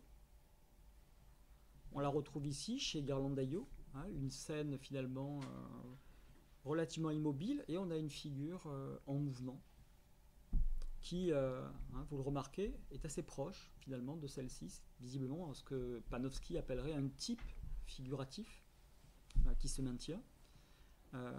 Donc voilà, c'est vraiment très éloquent hein, quand on les rapproche toutes les deux. Là, nous avons ici une danse de Salomé. Alors c'est très intéressant parce qu'on change de registre et en même temps on garde la même efficience figurative et la même énergie, on dira figurale. Donc ici une Salomé avec agité du même mouvement et on en a conservé les drapés. Ici un retour de Judith à Béthulie après donc la mort d'Holoferne. Elle porte sa tête. La servante porte sa tête, et c'est toujours la servante hein, ici qui est accompagnée. Voilà, et ce que va nous dire, ce que va découvrir Aby Warburg, c'est au fond que ces figures sont directement inspirées de Ménades, grecques et romaines. Je vous en montre quelques-unes. Ça donne au fond une idée du spectre figuratif, et qui est toujours au fond tenu par les mêmes propriétés. Alors c'est très curieux parce que dans Soudain l'été dernier de Mankiewicz, le cortège des jeunes gens qui accompagnent le personnage principal à la mort fonctionne comme une troupe de Ménades, mais avec cette inversion, ce ne sont plus des femmes, mais des jeunes hommes, des jeunes gens. Alors, Warburg va faire une étude sur cette crucifixion, qui est aujourd'hui au musée du Bargello de Florence, et qu'on doit à Bertoldo di Giovanni. Et alors, je n'ai pas de détails, mais ce qui va l'intéresser, c'est au fond ces deux personnages, et en particulier Marie-Madeleine ici, qui est au pied de la croix. Donc, qu'est-ce que cherchait Aby Warburg dans ces images? Pas simplement des ressemblances, hein, bien évidemment, mais au fond, chercher à déchiffrer la manière dont des affects étaient corrélés à des gestes. Des mouvements psychiques étaient corrélés à des mouvements corporels. Il s'intéressait à la manière dont ces mouvements, dont ces affects, ces gestes, trouvaient à se former, puis disparaissaient, semblaient être oubliés, puis revenaient. Warburg s'est convaincu que les images de l'art portaient les traces d'une histoire de la psyché humaine. Tel mouvement dansé dans un tableau de Botticelli ou de Ghirlandaio n'évoque pas seulement la restauration d'une rhétorique visuelle empruntée à l'Antiquité. Autrement dit, on n'a pas simplement cherché dans un modèle antique un mouvement déjà fait, une espèce de ready-made du mouvement. On a au fond pris avec lui sa charge psychique. Donc, tel mouvement dansé dans un tableau de Botticelli ou de Ghirlandaio n'évoque pas seulement la restauration d'une rhétorique visuelle empruntée à l'Antiquité, il traduit plus fondamentalement la survivance d'une énergie psychique, un mouvement pathétique qui déjoue le seul programme iconographique.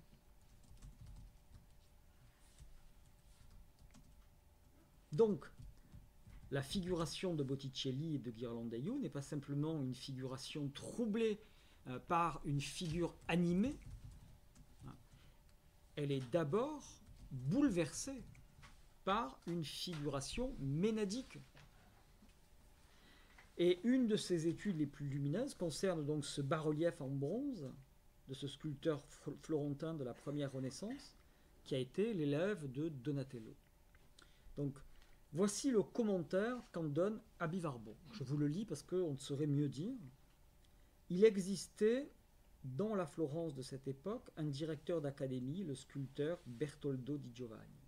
Il formait les jeunes artistes en les familiarisant avec les trésors antiques des Médicis qu'il administrait. Peu d'œuvres de lui sont conservées, mais elles démontrent que cet élève du Donatello tardif s'était donné corps et âme, et plus que quiconque, à la formule du pathos antique. Telle une Ménade brandissant la bête déchiquetée, Madeleine en pleurs au pied de la croix serre convulsivement les mèches arrachées de ses cheveux dans un deuil orgiaque. Voilà une lecture qui est une lecture qui sort de ce que l'histoire de l'art a l'habitude de considérer avec réserve, c'est-à-dire au fond une pleine séparation des types figuratifs. On se souvient peut-être, si vous avez l'ouvrage en mémoire, de l'introduction d'Erwin Panofsky dans ses essais d'iconologie, où il demandait de ne pas confondre une Salomé et une Judith, chacun ou chacune ayant ses accessoires. Voilà ici que les choses se mélangent. Nous avons une Marie-Madeleine dionysiaque, prise d'une furie ménadique.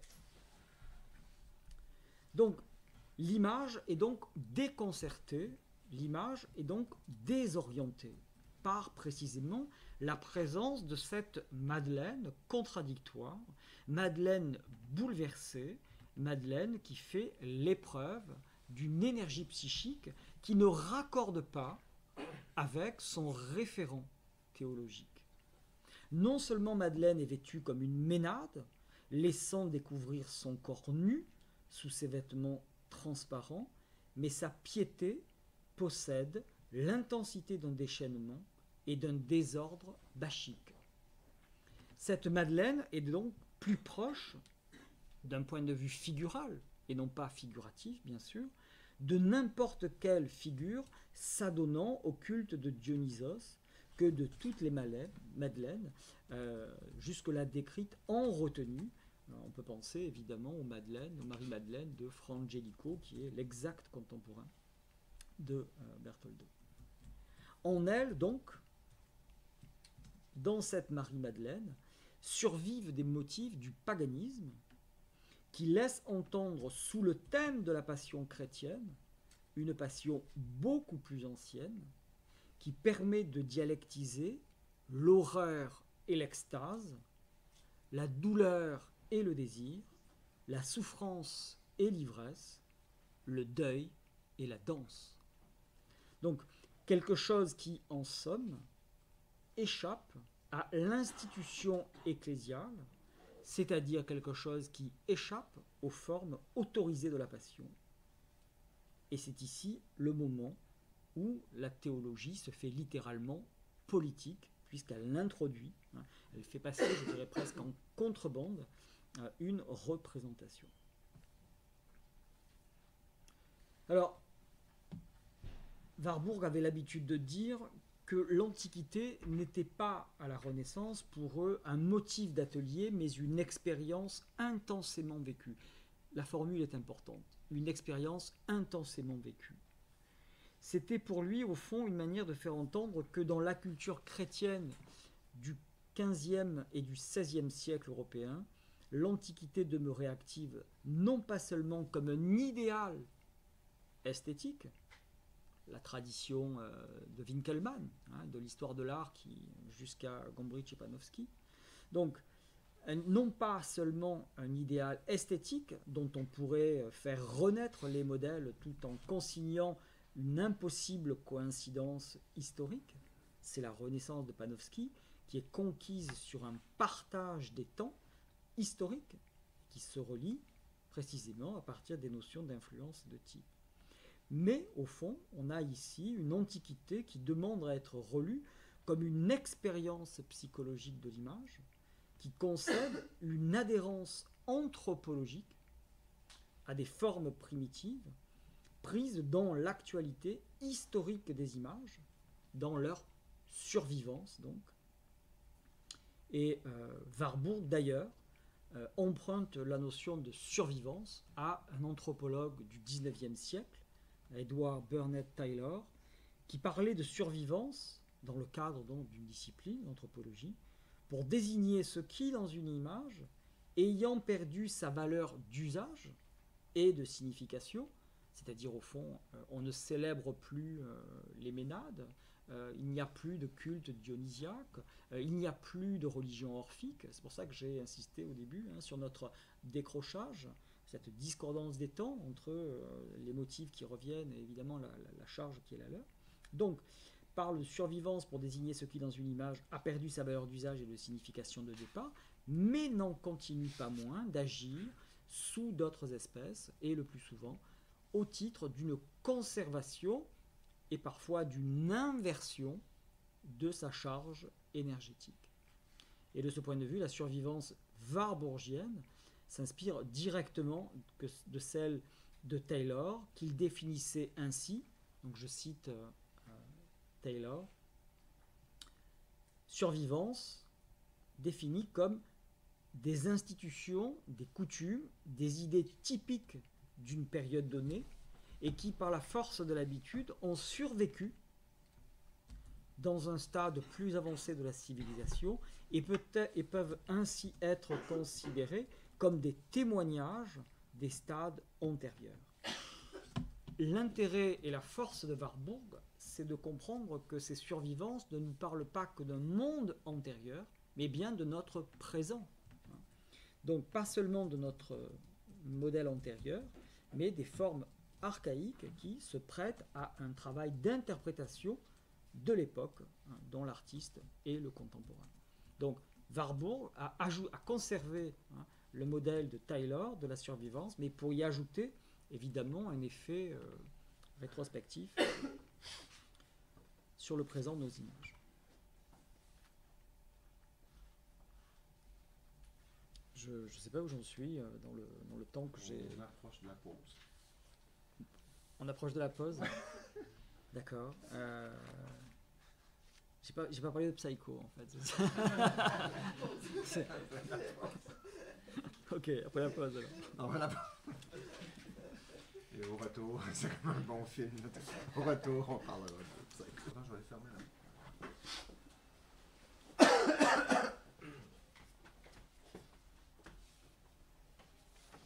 Je pense qu'on va quand même essayer d'avoir une demi-heure de période de questions et d'échanges à la fin. Je suis en train de relire pour savoir ce que je dois vous faire.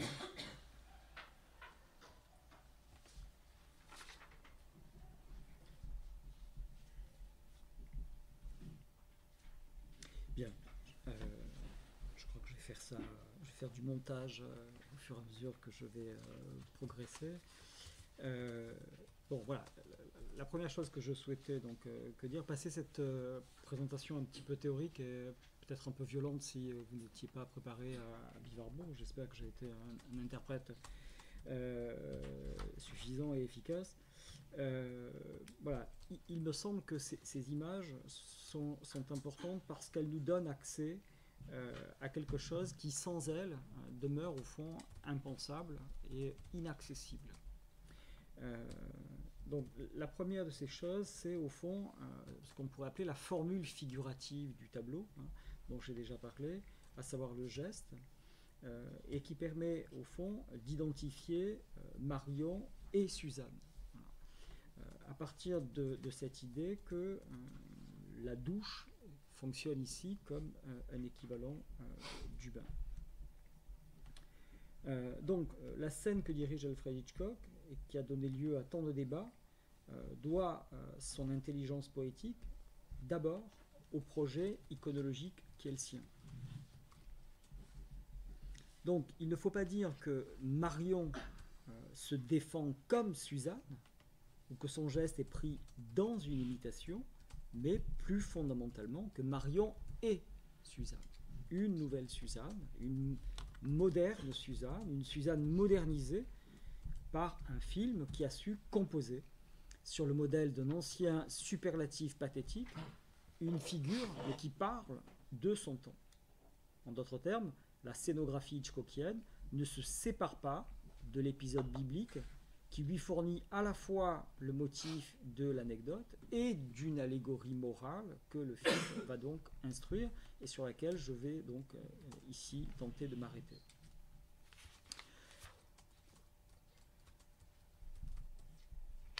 Alors, pour essayer de comprendre le sens de cette allégorie morale, il faut faire retour sur le statut de Suzanne dans l'herméneutique biblique, pour comprendre finalement la manière dont cette modernisation de la figure de Suzanne peut avoir lieu. Alors il y a, à partir du texte de Daniel, dont j'ai donné rapidement le récit tout à l'heure, 3 axes herméneutiques qui vont être mobilisés successivement.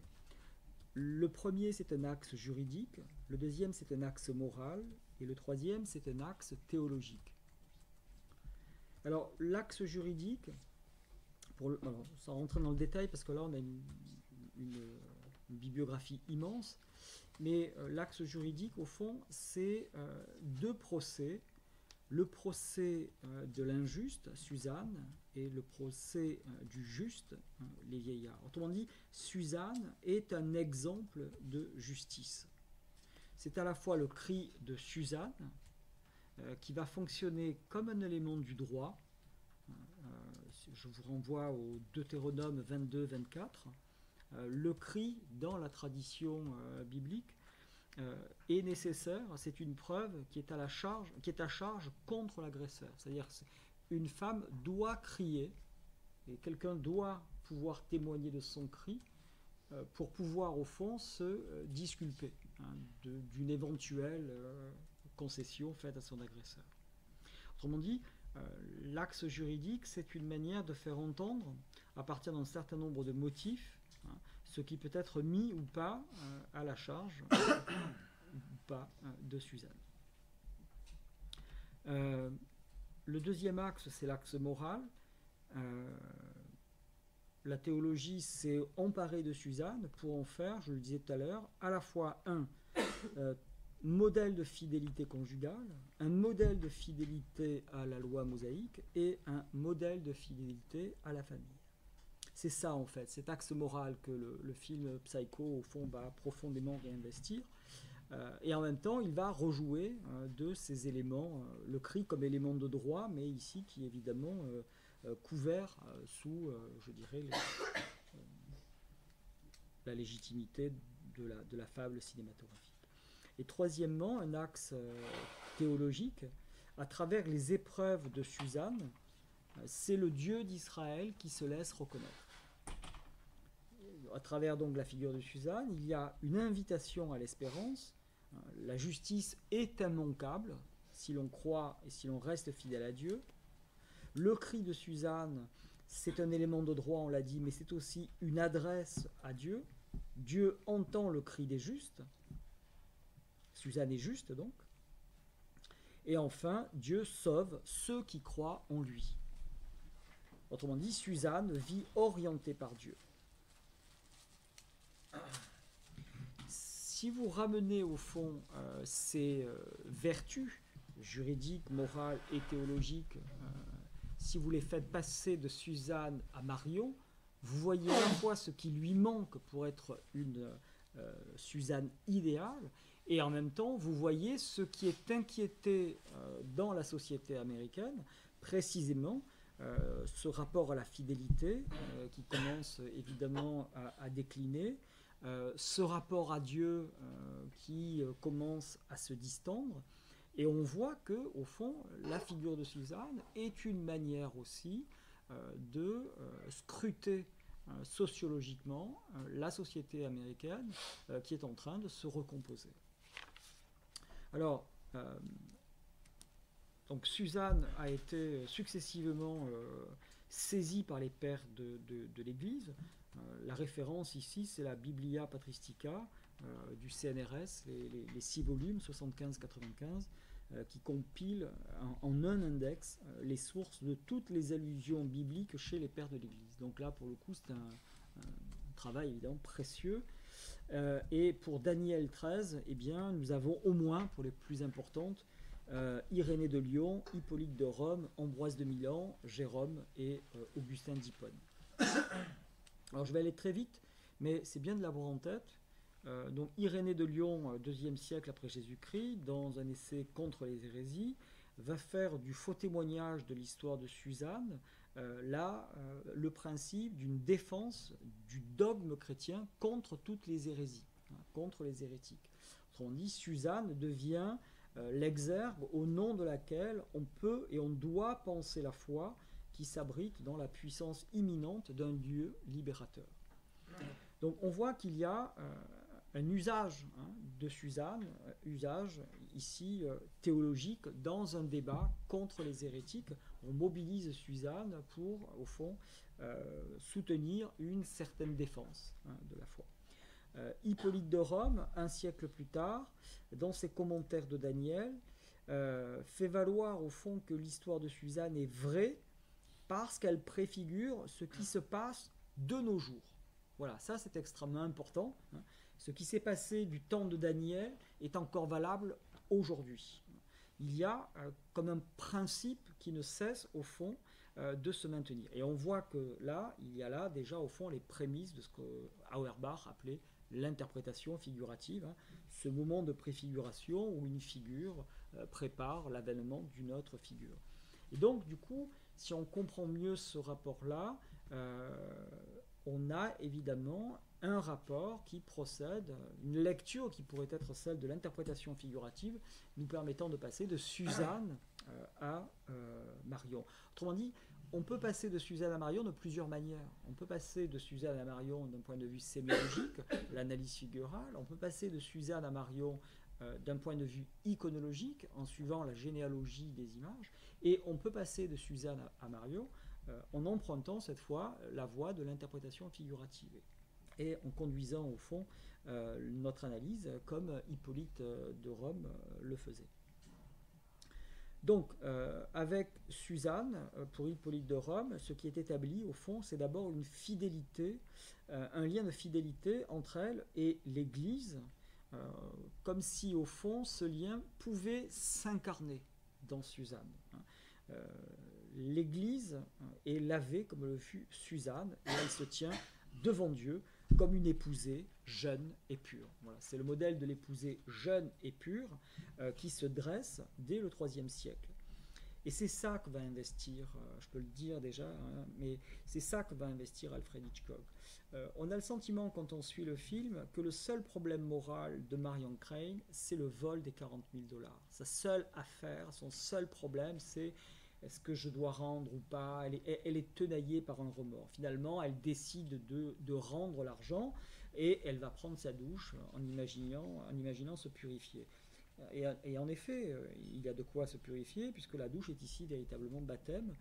Janet Leigh, dans ses souvenirs, est revenue sur ses entretiens avec Alfred Hitchcock, et lorsqu'ils ont discuté de la scène, ils l'ont abordé dans les thèmes du baptême. Ce que Alfred Hitchcock, en fait, dissimule derrière le vol et les $40 000, c'est une faute infiniment plus grave. C'est l'ouverture du film qui, d'ailleurs, avait heurté les censeurs à l'époque, vous en souvenez, puisque on découvre Marion Crane avec son amant, une relation sexuelle hors mariage, et qui plus est, l'après-midi. Donc, même pas aux heures qui conviennent.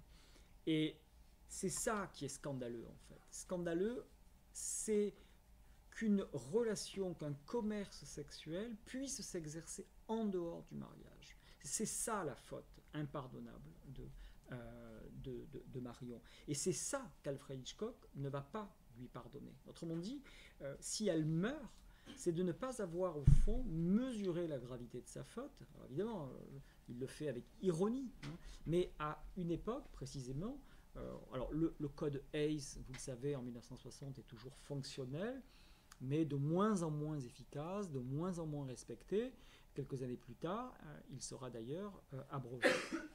Et la loi Mitchell début des années 70, permettra de justifier la pornographie dès lors qu'une caution artistique pourra être prêtée au nu cinématographique. Et cette loi Mitchell a été, parce qu'il y a eu un procès, a été absolument déterminante pour la libération d'une iconographie érotique au cinéma. Mais dans les années 60, on est dans un moment charnière, les liens sont en train de se défaire, et en même temps, rien n'est fait complètement. Et Hitchcock est en train, au fond, de rappeler une société, je dirais, à ses propres contradictions. Et donc, du coup, la figure de Suzanne, c'est la figure qui est l'ombre portée d'un débat théologique qui est en même temps, au fond, rendu impossible par une libération des mœurs et une transformation sociologique de la société américaine. Origène, toujours le IIIe siècle, et là c'est important, va associer le péché de chair et la mort spirituelle. Céder au péché de chair, c'est au fond mourir spirituellement. Là encore, Suzanne incarne celle qui préfère mourir physiquement que spirituellement. Donc elle refuse la proposition scandaleuse que lui proposent les vieillards. Et chez Origène, Suzanne devient définitivement parfaite. Elle est considérée comme virtuose. C'est un mot qui revient ça fait partie du vocabulaire des théologiens. Suzanne, la virtuose, qu'est-ce que ça veut dire? C'est celle qui excelle dans la vertu. C'est la plus vertueuse d'entre toutes. Suzanne, la virtuose. Donc, véritable, pour paraphraser Saint-Hilaire, véritable athlète de Dieu, une athlète vertueuse. Donc, une figure de la chasteté qui s'impose aux dépens d'une figure plus ancienne, par laquelle, au fond, Suzanne a commencé à se définir, qui était une figure de la justice. Je passe rapidement. Jérôme, qui traduit donc l'Ancien Testament, va essayer de refouler, au fond, tout le vocabulaire sensualiste qui affleure. Et en fait, c'est Ambroise de Milan, puis Augustin d'Hippone qui réintroduisent précisément cette sensualité dans une réflexion sur la tentation. Voilà. Et donc, Suzanne, c'est celle qui résiste à la tentation. Elle est soumise, mais non pas induite en tentation, ce qui signifie qu'il n'y a pas d'état antérieur qui la prépare. Et c'est une véritable réflexion sur la nature de l'âme qui nous est proposée. Donc, c'est avec saint Augustin qu'il y a une véritable réflexion sur les mérites respectifs de la chasteté, et que la différence se fait au IVe siècle entre une chasteté virginale et une chasteté conjugale. Chasteté virginale, c'est le modèle de Marie, qui est une femme inviolée, inviolable, interdite, définitivement fermée, et une chasteté conjugale qui est au fond le modus vivendi que la chrétienté s'accorde et qui doit rendre le modèle compatible avec les exigences de la vie sociale. Donc, ce que je disais tout à l'heure, de ne pas décourager les fidèles. Et donc Suzanne devient le modèle de cette chasteté, avec malgré tout un mérite inégal entre les femmes. Il y a, si vous voulez, une chasteté absolue et une chasteté relative. Eh bien, Marion n'a même pas été à la hauteur de cette chasteté relative. Voilà, donc vraiment, de toutes les lignes, voilà, c'est ça. On lui en demandait pas beaucoup, hein, mais même ça, elle n'a pas été capable. Voilà. Donc, il y a chez elle une véritable méconnaissance de cette exigence de vertu qu'elle ne respecte plus, qu'elle ne sait plus reconnaître. Bon, je passe sur le côté liturgie, mais ça a été au fond très important. Hein. Vous savez qu'il y a le lundi de la 5e semaine de Carême une fête, une prière là, dans le lectionnaire, hein, qui est le recueil des passages de l'Écriture sainte promis à la lecture publique. Il y a donc entre l'Épiphanie et Pâques, c'est-à-dire dans le temps ordinaire rompu par le Mardi Gras, il y a une prière qui est dédiée à Suzanne. Donc, les pères de l'Église ont imposé et modélisé une Suzanne juste devant les hommes, pure devant Dieu, fidèle à son époux et à la loi.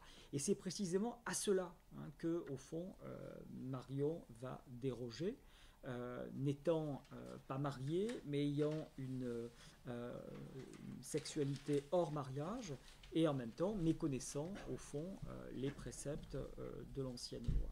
Et c'est de ce point de vue-là qu'il y a effectivement une véritable allégorie morale. Et donc c'est comme cela qu'il faut aussi interpréter le meurtre de Marion. Vous vous souvenez que dans les entretiens que François Truffaut Hitchcock avait donné dans les studios Universal aux États-Unis à François Truffaut en 1962, François Truffaut interroge Alfred Hitchcock sur Psycho et lui dit: on a quand même le sentiment que c'est plus qu'un meurtre, mais que c'est un viol aussi.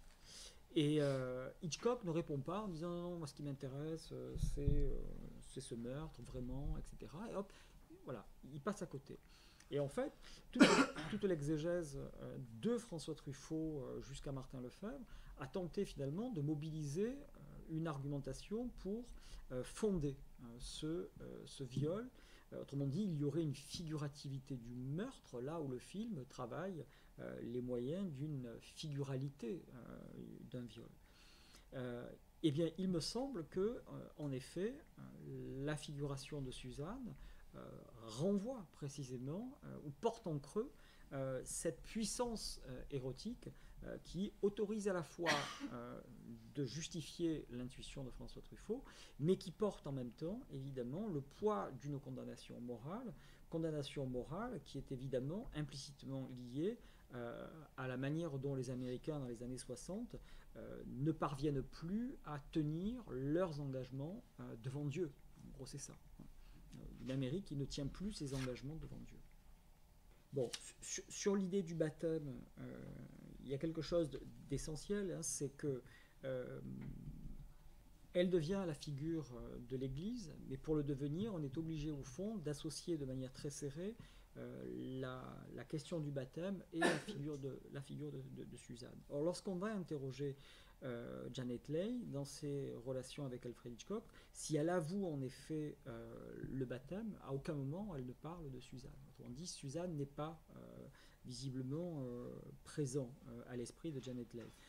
Est-ce que Hitchcock a parlé du statut qu'il espérait faire jouer à Suzanne, à Janet Leigh?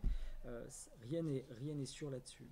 Mais quoi qu'il en soit, cette idée que Suzanne l'a baptisée, Suzanne est l'image de la baptisée, c'est quelque chose que la théologie et la liturgie ont constitué dès le IIIe siècle. Bon, je vous renvoie au livre pour les différentes réponses. Ce sur quoi peut-être qu'on pourrait s'arrêter, c'est au deuxième aspect, c'est-à-dire l'aspect proprement accrochage, c'est-à-dire l'intention ou le sens prêté aux images me paraît redoublé par le rôle qu'il fait tenir à leur proximité. Autrement dit, il n'est pas anodin d'avoir ces deux images dans une relation. Ce qu'on peut essayer de voir ensemble, c'est le type de relation que ces images instruisent. Elles sont de deux ordres. Je vais rapidement vous montrer les images. Voilà. Donc, j'ai parlé tout à l'heure du Titien, de la Vénus au miroir ou de la Vénus à sa toilette, en vous disant combien ce tableau était important. Je vous ai fait remarquer que la même année, en 1555, le Tintoret faisait une Suzanne et les vieillards.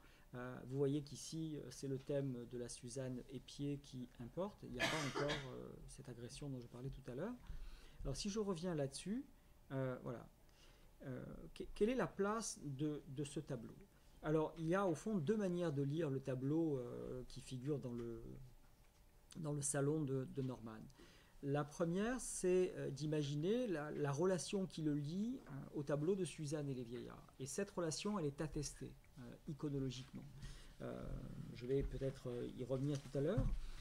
Mais il y a d'abord, au fond, une première manière d'analyser le tableau Et ça, on le doit à la thèse de Laurent Fiévé, qui a été soutenue à Paris 3 en 2005, et qui est une remarquable étude consacrée au film d'Alfred Hitchcock entre 1945, je crois, et 1960. Et il consacre donc une analyse figurale à la séquence que vous connaissez peut-être, si vous avez le film en mémoire. C'est le moment où la sœur de Marion Crane se met à enquêter sur la disparition de Marion. Donc Lila Crane profite que la maison a été libérée par le petit copain de Marion qui retient Norman dans son office, et elle s'aventure dans la maison pour essayer de trouver une trace de sa sœur. Et là, elle va pénétrer dans la chambre de la mère, donc Madame Bates. Et cette chambre est admirablement bien conservée, c'est-à-dire que visiblement quelqu'un y habite, toutes les traces d'une présence sont là, jusqu'à la forme d'un corps dessiné en creux dans une couette sur le lit. Et donc elle cherche des indices qui pourraient au fond signifier la présence de sa sœur. Elle n'en trouve pas, et puis à un moment donné elle passe devant un grand miroir, et là, devant son image, elle sursaute. Elle sursaute, elle a peur. Voilà, comme si... Alors, c'est à la fois compréhensible, elle est dans la chambre de la mère, elle voit une image, et avant de se reconnaître, évidemment, elle prête à cette image l'apparence d'une autre, donc de la mère, alors qu'elle n'est au fond jamais que devant sa propre image. Et à ce moment-là, elle fait ce geste, qui est un geste au fond d'effroi, de crainte. Elle replie sa main sur le visage en se retournant. Et à ce moment-là, évidemment, elle ressemble de manière significative à la Vénus au miroir. La question c'est, que nous vaut ou que nous dit ce geste? Alors, au fond, ce geste identifie, au fond, la mère à travers l'image de Vénus.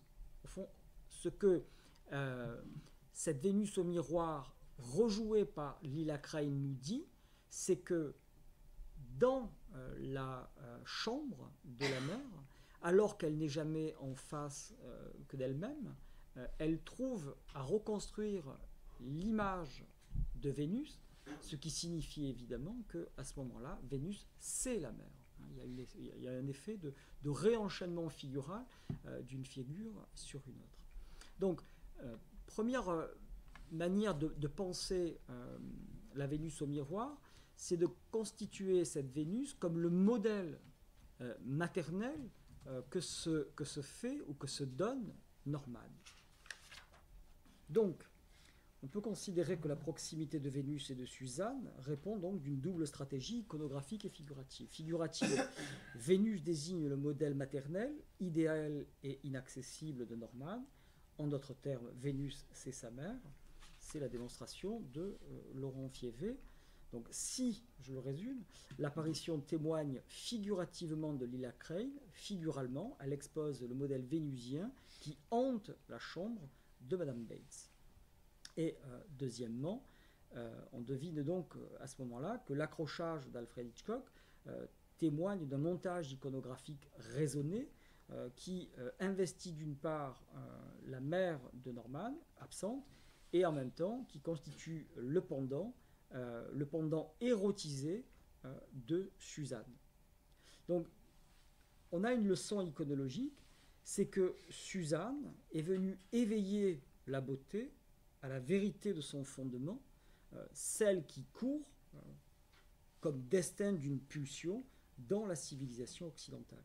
Alors, juste pour peut-être essayer de fixer ce que j'essaie de dire à cet endroit-là, se souvenir de la préface à la deuxième édition du Gai Savoir de Nietzsche, qui essayait de déterminer le rapport qui se fait entre la beauté et la vérité, ou qui essayait de donner à travers la figure de Bobo et de Déméter une image de la vérité. Et il dit la vérité, au fond, pourrait être une femme qui est fondée à ne pas laisser voir son fondement. Peut-être son nom, pour parler grec, serait-il Bobo. Une femme qui est fondée à ne pas laisser voir son fondement. Peut-être son nom, pour parler grec, serait-il Bobo. Bobo, donc, c'est donc celle qui provoque le rire de Déméter, qui a perdu sa fille Proserpine, et qui, en remontant ses jupes et en dévoilant son sexe, fait rire Déméter. Donc, on voit bien, si vous voulez, que ce qui est travaillé ici en creux, c'est un accès au désir qui est contrarié par une mère toute puissante, idéalisée sous la figure de Vénus, en même temps que derrière le corps de Suzanne court évidemment un affect impossible, et qui n'est satisfait qu'à partir du meurtre. Meurtre donc dédoublé, puisque dans le déguisement, il y a la part accomplie par la mère et la part accomplie par le fils. Le meurtre est dédié à la mère, le viol est évidemment dédié au fils. Je ne crois pas que je puisse prendre le temps, sauf à être trop long, à refaire ce qui pourrait être la démonstration du rapport que Jean-Marie Pontevia ou Jean-Claude Prêtre ont établi entre la Vierge Mère, Vénus et Suzanne, mais grosso modo c'est la configuration figurale que Psycho n'a cessé d'instruire.